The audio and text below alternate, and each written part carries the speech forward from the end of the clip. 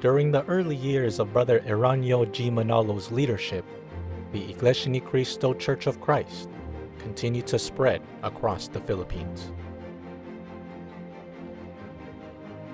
In 1968, Church of Christ members who traveled to the far west and conducted committee prayers wrote letters to Brother Eranio Manalo requesting to be visited and for a local congregation to be established. However, that was also the year when the world faced various challenges.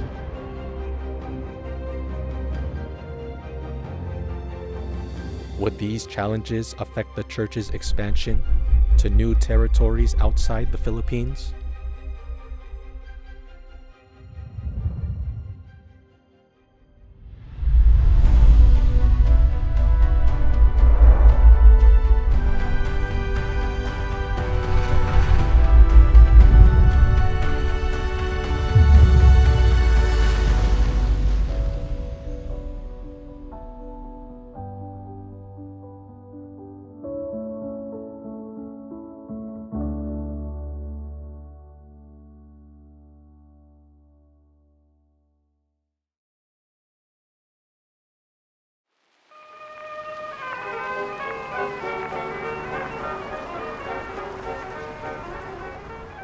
In 1968. Ito yung kasagsagan ng ng tinatawag nating Cold War, no, sa pagitan ng Estados Unidos ng Amerika at saka ng Unyong Sobyet.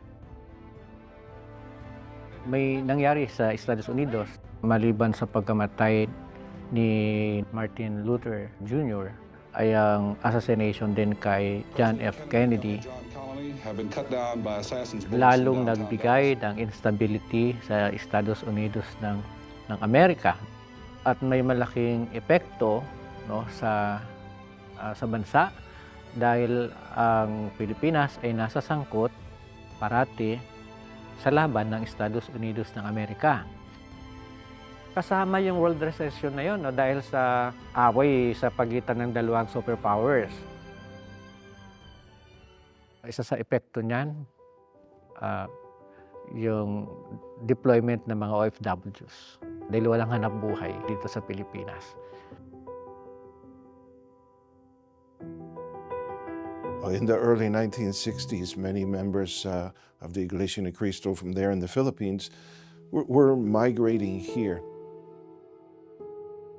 And then once they would find each other and pray together as members of the Iglesia Ni Cristo, they began writing to Brother Eranio Manalo and praying earnestly that there would be Church of Christ congregations here in the West someday.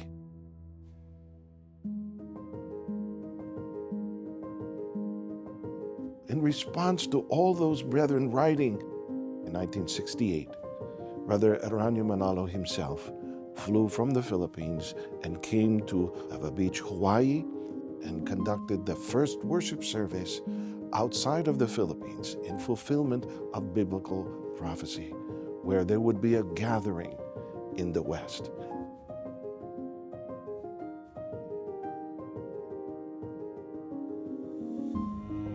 And then after that was accomplished in 1968 in Ava Beach, Hawaii, he came here to San Francisco.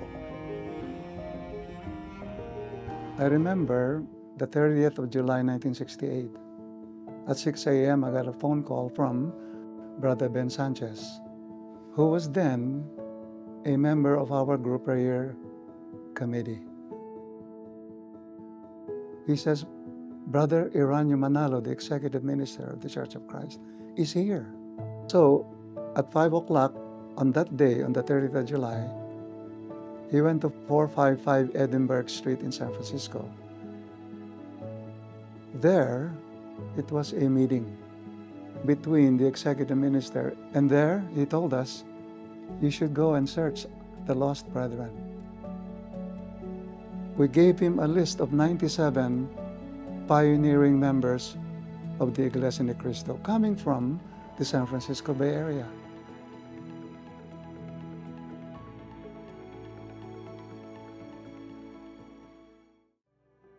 So on the 18th of August, we had a special gathering. Brother Eranio Manalo himself gathered the brethren, led them in an officer's oath-taking to establish the first group of officers that would continue that visitation, continue that gathering, and then later worship services began.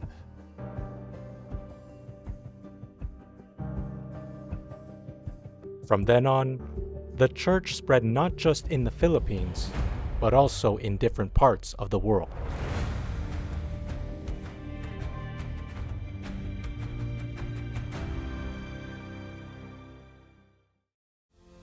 Dahil sa mabilis na paglaganap ng Iglesia ni Cristo, ay nangangailangan ng lalo pang maraming mga ministro. Ang pag-aaral sa pagkaministro ay pinasimulan sa panahon pa ng kapatid na Felix Manalo, ang sugo ng Diyos sa mga huling araw. Noong September 16, 1974, ay itinatag ng kapatid na Eranio Manalo ang tinatawag na Ministerial Institute for Development. At noong 1976 ay itinatag naman ang College of Evangelical Ministry sa ilalim ng tinatawag natin Evangelical College.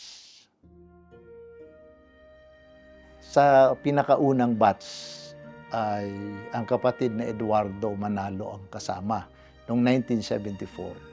Pagka-ordina niya bilang ministro, siya ay naitalaga sa paaralan bilang isang tagapagturo at pinakakatulong na dekano ng paaralan. Hanggang dumating ang taong 1984. Siya ay naitalaga naman bilang tagapag-ugnay ng buong Metro Manila.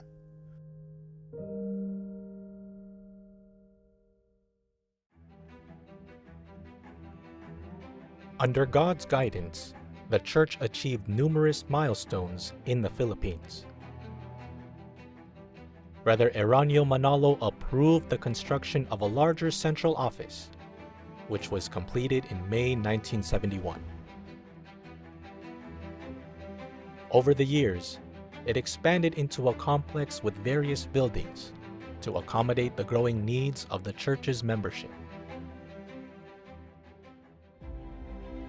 More than a decade later, as the number of houses of worship abroad increased, the church's largest house of worship, the Central Temple in the Philippines, was dedicated to God in 1984. This marked the church's 70th anniversary.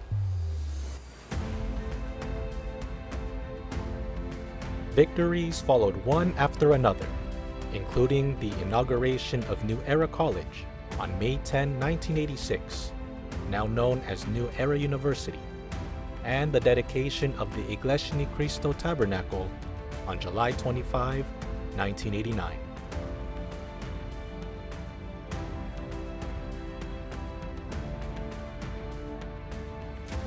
On July 27, 1989, the Church of Christ celebrated its 75th anniversary of establishment in the Philippines.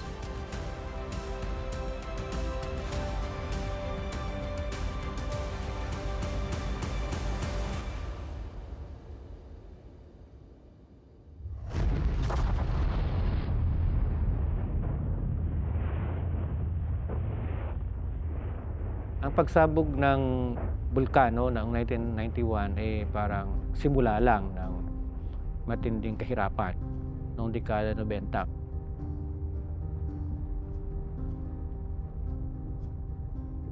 Ang Central Plain of Luzon, nilamon ito ng lahar. Bumagsak din ang ekonomiya noong dekada 90, no, dito sa Southeast Asia.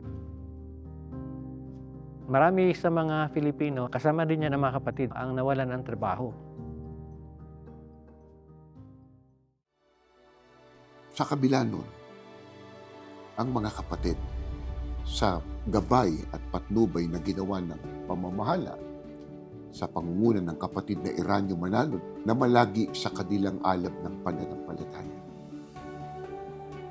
na malagi sa tibay ng pagkakilala sa ating Panginoong Diyos. Nilingap sila ng ating pamamahala, pinagkalooban ng mga pagkain, ng damit, nagkaroon ng serbisyong medikal. May mga kapatid na nakabiyaya ng libreng matitirhan sa mga komunidad na itinatag ng Iglesia ni Cristo.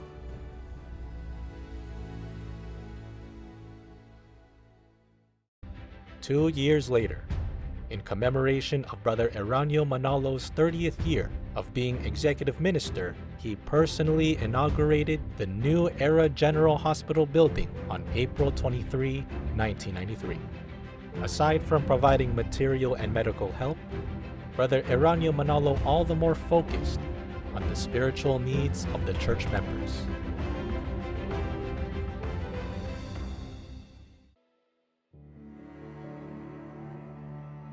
In January 1994, Brother Eranio Manalo led the first international conference of ministers and ministerial workers employing video conferencing. Ministers assigned in all parts of the world attended this historical event. This was the first ever video conference launched by a religious organization in the Philippines. The church's expansion continued abroad and throughout the Philippines. In 1994, when the church was preparing to register in Rome, Italy, an unforeseen circumstance arose.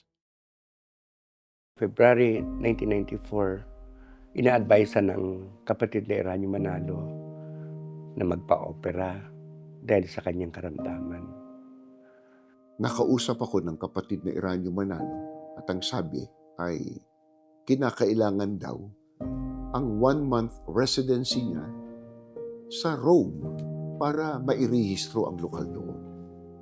Ang sabi niya, ano ko tatagal doon ng 1 buwan? Kaya dapat makabuo tayo ng isang tungkulin sa iglesia na maaaring i-represent ang aking full personality. Doon nabuo ang tungkuling Deputy Executive Minister.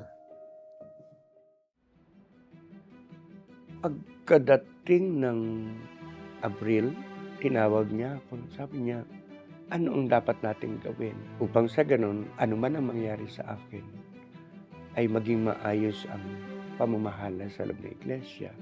Sabi ko, sir, sa ilalim po ng articles of incorporation bylaws natin, may karapatan po kayo upang magpatawag ng puno, upang pumili ng inyong kahalili.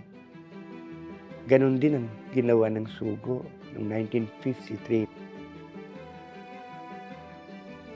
Sabi niya, sige, gawin mo na yung lahat ng dapat gawin. Magpatawag ka ng pulong. May 1994, yung pulong na yun. Ang ginawa ko lang ay basahin yung sulat ng Kairi sa Kapulungan. At maliban doon, ipinasa na namin kay kapatid na Teofilo C. Ramos ang panguna. At ang nahalal nga na Deputy Executive Minister, ang kapatid na Eduardo V. Manalo. At sa pagkakataong yon, ay may sulat ang kapatid na Eranio Manalo na binasa sa special meeting na yon na binabanggit na samantalahin ang pagkakataon para ihalal na rin kung sino ang hahalili na tagapamahalang pangkalahatan. Kung dumating ang sandali na ang kasalukuyang namamahala noon ay papagpahinahin ng Panginoon Diyos. Lahat nagkaisa na ihalal ang kapatid ng Eduardo Manalo.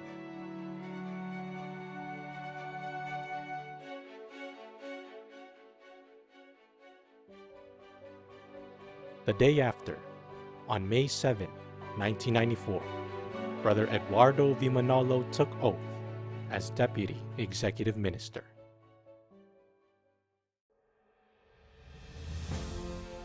Ang kapatid na Eduardo Manalo ang itinalaga ng KRD na pumunta sa Rome para ayusin ang lahat ng mga papeles ukol doon. July 27, 1994 na pagtibay ng pamahalaan ng Roma, Italia na mairehistro ang Iglesia ni Cristo. Umabot ang misyon ng Iglesia ni Cristo sa mahigit 10 bansa sa Europa. At bilang tugon sa mabilis na paglago ng Iglesia ni Cristo, itinatag ng kapatid na Eranio Manalo ang distrito ng Europa.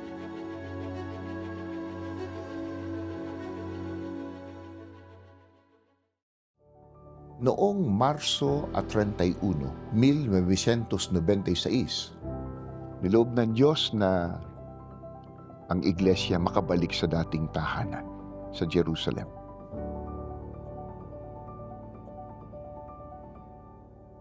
The following year, May 1997, pinasya naman ng pamamahala na pagtibayin ng rehistro din ng Iglesia, unang pagsamba sa Athens, sa Greece. The church reaching different parts of the world is a manifestation of God's power and love for His nation. These historical events are also the fulfillment of God's prophecy written in the Bible.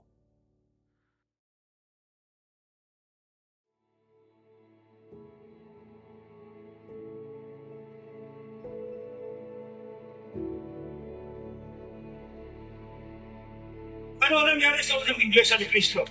Natalingo, nawala sa orihinal na kalagayan.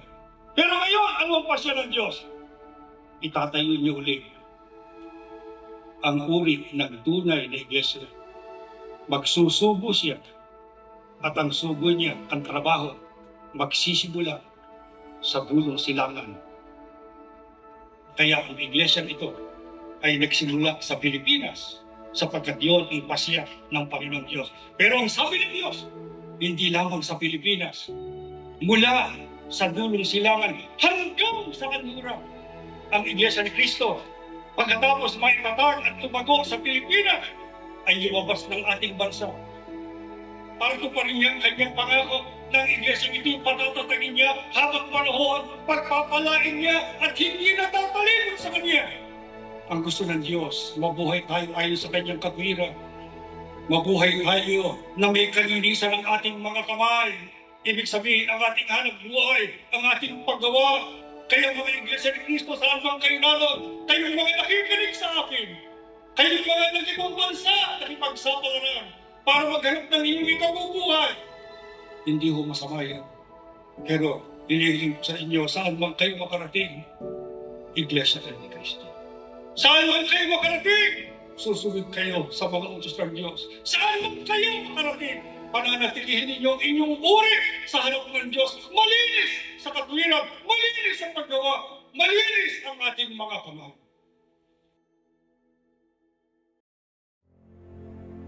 Entrusted with a great responsibility, Brother Eranio Manalo gave his all to carry out his God-given duty with faith and love. Sa ilalim po ng kanyang pamamahala sa Iglesia ni Cristo, umabot sa 4,224 ang karagdagang bilang ng naordinahang ministro sa Iglesia ni Cristo. Umabot po naman sa 2,519 ang bilang ng mga gusaling sambahan na naipatayo ng Iglesia ni Cristo. At naitatag ang humigit kumulang sa 60 karagdagang bilang ng distrito eklesyastiko ng Iglesia ni Cristo.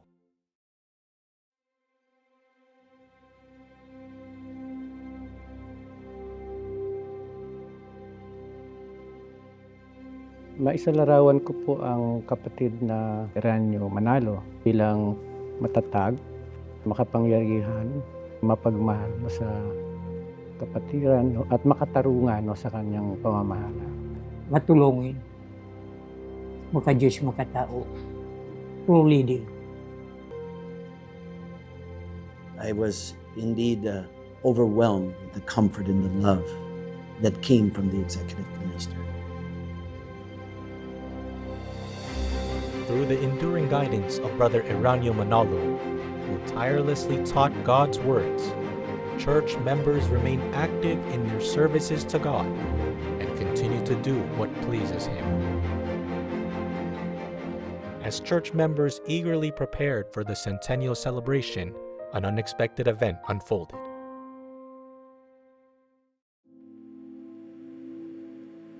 It is with deep regret and sorrow that I inform the entire membership of the Iglesia ni Cristo and the nation that our beloved leader, our executive minister, Brother Eranio G. Manalo, passed away at his home at 3:53 p.m. yesterday, August 31, 2009, at the age of 84. Alam na alam natin, nagdadalamhati din. Subalit, nangasiwa pa rin ang pagsambang kapatid na Eduardo Manalo kahit nakaburol doon sa templo ang kapatid na Eranio Manalo.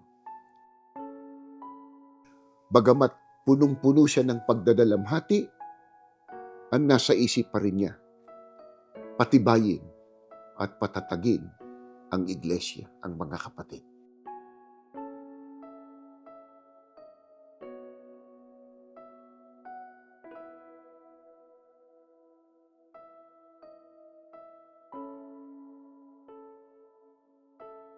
Alin po ang kaharian ng anak na siyang merong katubusan? Ang sabi sa atin ng Biblia, ang iglesyaan niya ni Kristo. Kung ganoon, ito ang dahilan kung bakit ibinibilin sa atin ng ating tagapamahalang pangkalahatan. Bago pa sila pinapagpahinga ng ating Panginoong Diyos na atin pong pahalagahan ang ating pagkaiglesia ni Kristo. Ano dahilan? Dahil ang mga kaanib sa loob ng iglesia ni Kristo ang siyang merong pag-asa sa kaligtasan pagdating ng araw ng paghuhukom. Narinig ba ninyong pahayag ng mga apostol? Pasiglahin anya ninyo ang isa't isa. Kaya tayo, mga kapatid, hindi natin ititigil yung sinimulan na kilusan ng ating tagapamahalang pangkalahatan. Sulong tayo hanggang sa tayo ay makasalubong sa ating Panginoon. Kinakailangan nakikilahok tayo sa bawat gawain sa loob ng iglesia. Tumulong tayo sa ikasisigla ng bawat kanib, sapagkat ang sabi sa atin ng Biblia, pasiglahin ninyo ang isa't isa, patibayin ang isa't isa. Para nang sa ganon, huwag masayang ang pinagpagalan ng sugo, huwag ding masayang ang pinagpagalan ng ating tagapamahalang pangkalahatan, kundi tayong lahat ay manatiling merong pag-asa sa pagtatamo ng ating kaligtasan.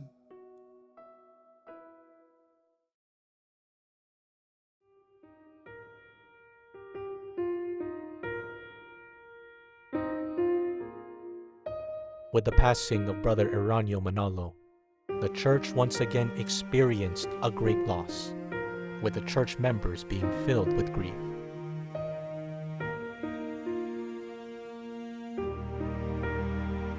Will the church, now under the leadership of Brother Eduardo Manalo, be able to continue the work of God's messenger and Brother Eranio Manalo in bringing the church toward salvation?